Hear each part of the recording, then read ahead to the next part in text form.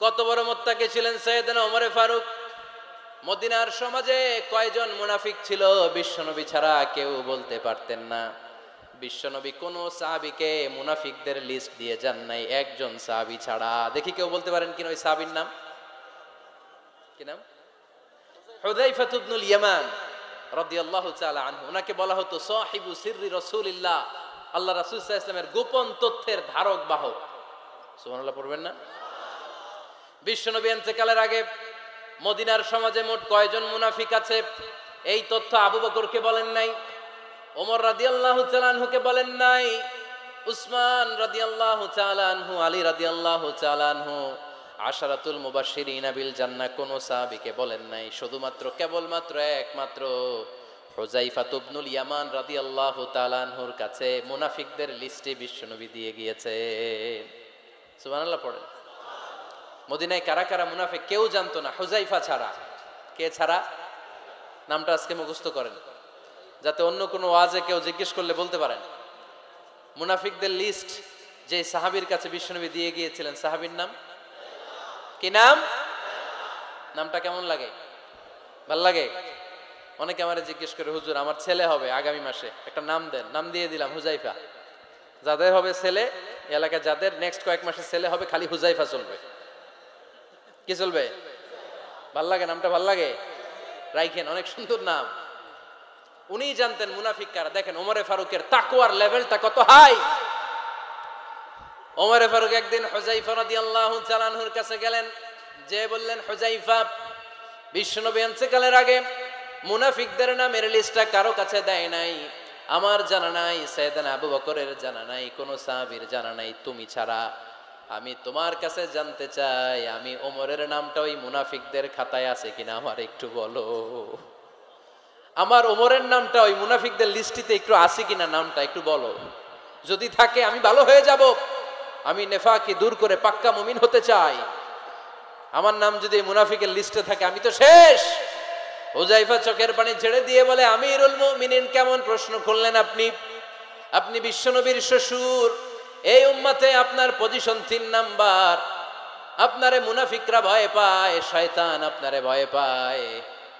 আপনি জান্নাতে সব বয়স্ক লোকদেরকে নিয়ে জান্নাতের মধ্যে আগে আগে ঢুকবেন, কেমন করে মুনাফিকদের কাতারে আপনার নাম থাকতে পারে ওমর? সুবহানাল্লাহ পড়ে। কি বিনয়ী, কি তাকওয়া। হুযায়ফাকে যে ধরতেন, হুযায়ফা একটু বলো না আমার নামটা মুনাফিকদের লিস্টিতে আছে কিনা। ওমরে ফারুকের যদি এই টেনশন থাকে যে আমি মুনাফিক হয়ে গেলাম কিনা, আমাদের এই টেনশন থাকার দরকার আছে না নাই? হ্যাঁ, এজন্য সব সময় আল্লাহর কাছে দোয়া করতে হবে, আল্লাহ তুমি নেফাকি থেকে আমাদেরকে বাঁচাও। আরো জোরে পড়েন আমিন। আপনারা ওঠা বসা শুরু করলেন কেন? অনেক রাত হয়ে গেছে তাই? হ্যাঁ, শেষ করে দেই তাহলে না? যে অনেকের কষ্ট হচ্ছে মনে হচ্ছে। হ্যাঁ, এক নম্বরে যাচ্ছে এইটা সব মুখস্থ দেখি। হ্যাঁ, 1 নাম্বার, 2 নাম্বার, 3 নাম্বার। 1 নাম্বার হইল পেশাবখানা, 2 নাম্বার পায়খানা, 3 নাম্বার নাকি এইটা?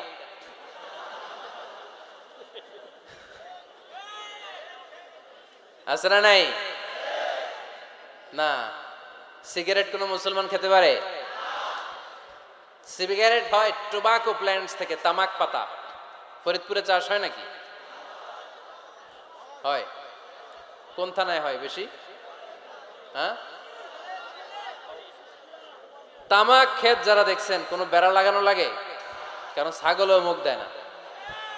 তো যেটা ছাগলে খায় না, এটা কোনো মুমিন বান্দা খাইতে পারে?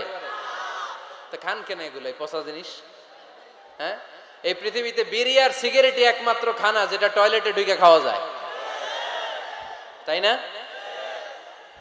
পৃথিবীতে সিগারেট আর বিড়ি একমাত্র খাবার।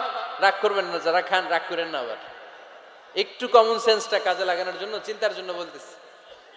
এটাই পৃথিবীর একমাত্র খাবার যেই খাবারের গায়ে এই খাবারের বদনাম লেখা থাকে, স্মোকিং কজেস ক্যান্সার। ধূমপান কর্কট রোগের কারণ, ধূমপান স্বাস্থ্যের পক্ষে ক্ষতিকারক লেখা থাকে না? আচ্ছা ধরেন ফরিদপুরের একটা কোম্পানি নতুন চানাচুর বের করছে, ওই চানাচুরের গায়ে লেখা এই চানাচুর খাওয়ার 1 ঘন্টার মধ্যে বমি শুরু হবে আর ডায়রিয়া হবে। খাবেন? কি কইবেন? তুই খা। দোকানদারে কি কইবেন? তুই খা, তোর বমি হোক, তোর 14 গোষ্ঠীর ডায়রিয়া হোক, আমি টাকা দিয়ে এগুলো কিনবো না, ঠিক কিনা? কারণ এই প্রোডাক্টের গায়ে এই প্রোডাক্টের বদনাম লেখা, এটা আমরা কিনবো কেন? কিন্তু সিগারেটের উপরে সিগারেটের বদনাম লেখা থাকার পরও আমরা খাই, টয়লেটে বসে খাই। আহা, এটার মধ্যে একটা পয়জন আছে, এটাকে বলে স্লো পয়জন, নিকোটিন। এটা আপনার লাং, ফুসফুসকে শেষ করে দিবে, স্লো পয়জন। সিগারেট খাওয়া অনেকটা আত্মহত্যা শামিল। বিষ খেলে সাথে সাথে মরে, সিগারেট খেলে ধুকে ধুকে মরে।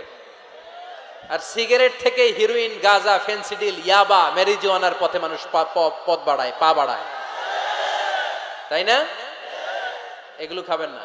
ওয়ালা তুলকু আইদিকুম ইলা তাহলুকা, নিজে নিজেকে স্বেচ্ছায় ধ্বংসের দিকে ঠেলে দিও না। জীবনটা অনেক সুন্দর, জীবনটা অনেক রঙিন, আল্লাহর দেয় জীবনটাকে উপভোগ করার দরকার আছে না নাই? এই জন্য সিগারেটকে এই ফরিদপুরের প্রোগ্রাম থেকে আমরা আজকে নো বলে দিলাম। কি বলে দিব? আওয়াজ করে সবাইকে আমরা সবাই একসাথে বলবো, সিগারেটকে কি বললাম?